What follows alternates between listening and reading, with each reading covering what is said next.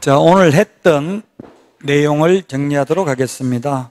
92페이지 포상금제도 한 문제 시험에 출제됩니다. 공인중개사법상 포상금, 부동산 거래 신고 등에 관한 법률 포상금 구분해서 정리를 해야 되고, 공인중개사법의 포상금 지급이 올해 4개가 신설됐습니다. 무등록, 부정한 방법으로 등록, 양도, 대여, 이 3개가 있었는데 여기에 개업공개사가 아닌 자가 광고를 하는 경우, 개업공개사 등이 시세에 부당한 영향을 미치는 행위를 하는 경우, 공동중개를 제한하는 경우, 그 다음에 누구든지 시세에 부당한 영향을 미치는 행위를 한 경우, 이 4개가 신설됐다. 부동산 거래 신고 등에 관한 법률에서 신설된 것은 주택임대차 신고를 거짓으로 한 경우, 즉 전월세 신고를 거짓으로 신고하는 것을 신고해도 포상금 주는 제도가 역시 신설됐다.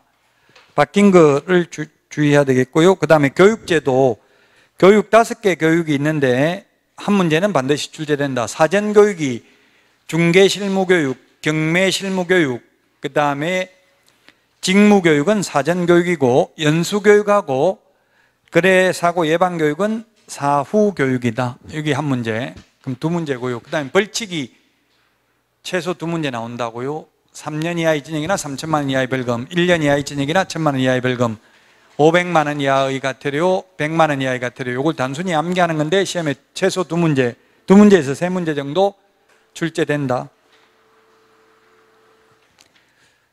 자, 그 다음에 부동산 거래 신고 제도도 2문제 정도 출제됩니다.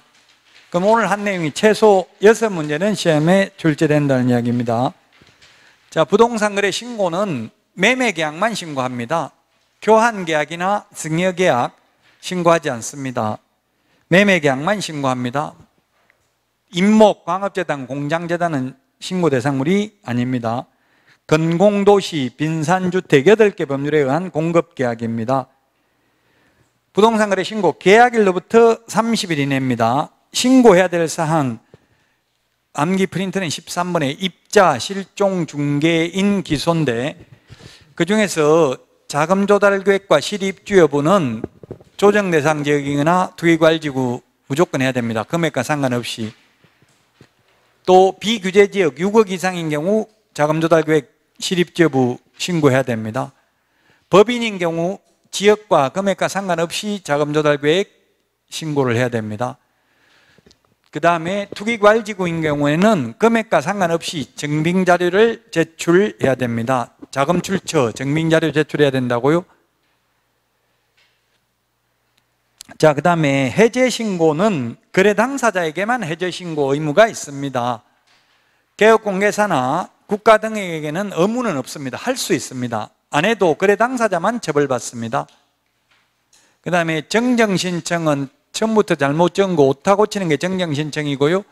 변경신고는 추후 합의에 의해서 내용이 변경된 경우 변경신고인데, 변경신고는 등기 신청 전에만 가능합니다. 정정신청은 언제든지 가능하고요. 정정신청은 주지사, 종목, 암기 프린트 14번, 토지의 종류, 부동산 등의 소재지, 지번, 성명, 주민등록번호는 정정 불가능하다.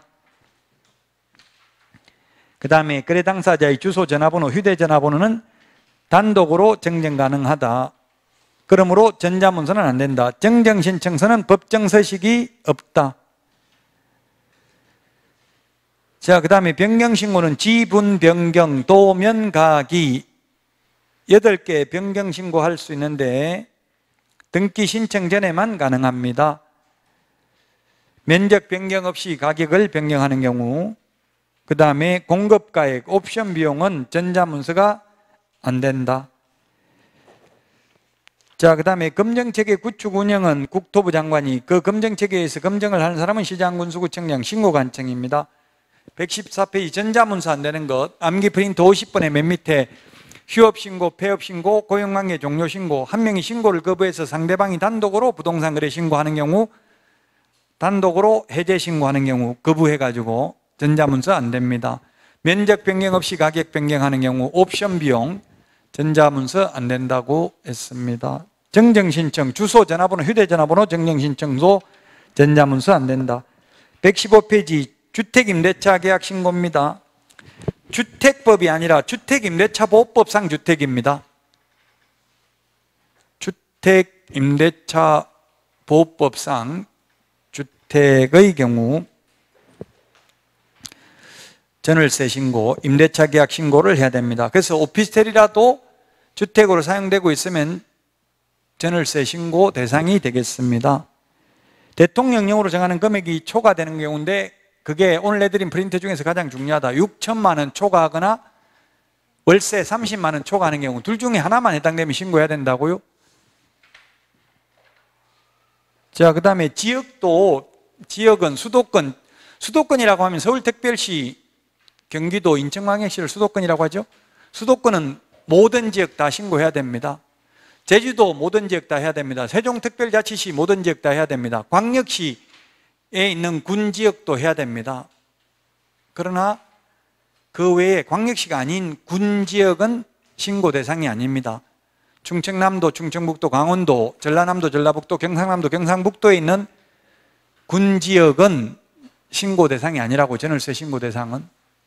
군 지역은 제외합니다. 오늘 내드린 프린트 핵심은 그 두 가지입니다. 신고해야 되는 지역하고 신고해야 되는 금액 두 가지가 중요하다고요. 나머지 전월세 신고는 그 부동산 거래 신고하고 똑같습니다. 임대차 신고도 역시 30일 이내입니다. 해제 등이 확정된 경우도 해제 등이 확정된 날로부터 30일 이내에 신고해야 됩니다. 변경 신고도 변경 등이 확정된 날로부터 30일 이내에 해야 됩니다. 부동산 거래 신고는 30일 이내 안 하면 500만 원 이하의 과태료입니다. 해제 신고 30일 안에 안 하면 500만 원 이하의 과태료입니다. 거짓으로 부동산 거래 신고하면 취득 가격의 5% 범위 내에서 과태료 부과합니다. 그런데 전월세 신고는 거짓으로 하든 신고 안 하든 다 100만 원 이하의 과태료입니다. 부동산 거래 신고는 거짓으로 하면 100분 5% 이하 과태료고요. 신고 안 하면 500만 원 이하의 과태료라고요. 근데 전월세 신고는 신고 안 해도 거짓으로 신고해도 모두 100만 원 이하의 과태료입니다. 그 100만 원 이하의 과태료 세부 기준이 있는데 그 세부 기준까지는 암기하기 어려워요. 너무 복잡하기 때문에. 다만 이 100만 원 이하의 과태료도 1년간 유예합니다. 국민들에게 널리 홍보하기 위해서 당장 과태료는 부과하지 않는다고요. 행정지도만 하고.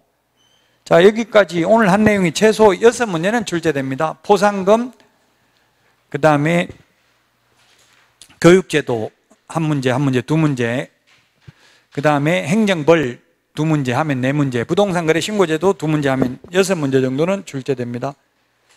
자, 여기까지 하고 다음 주에 뵙도록 하겠습니다. 수고하셨습니다.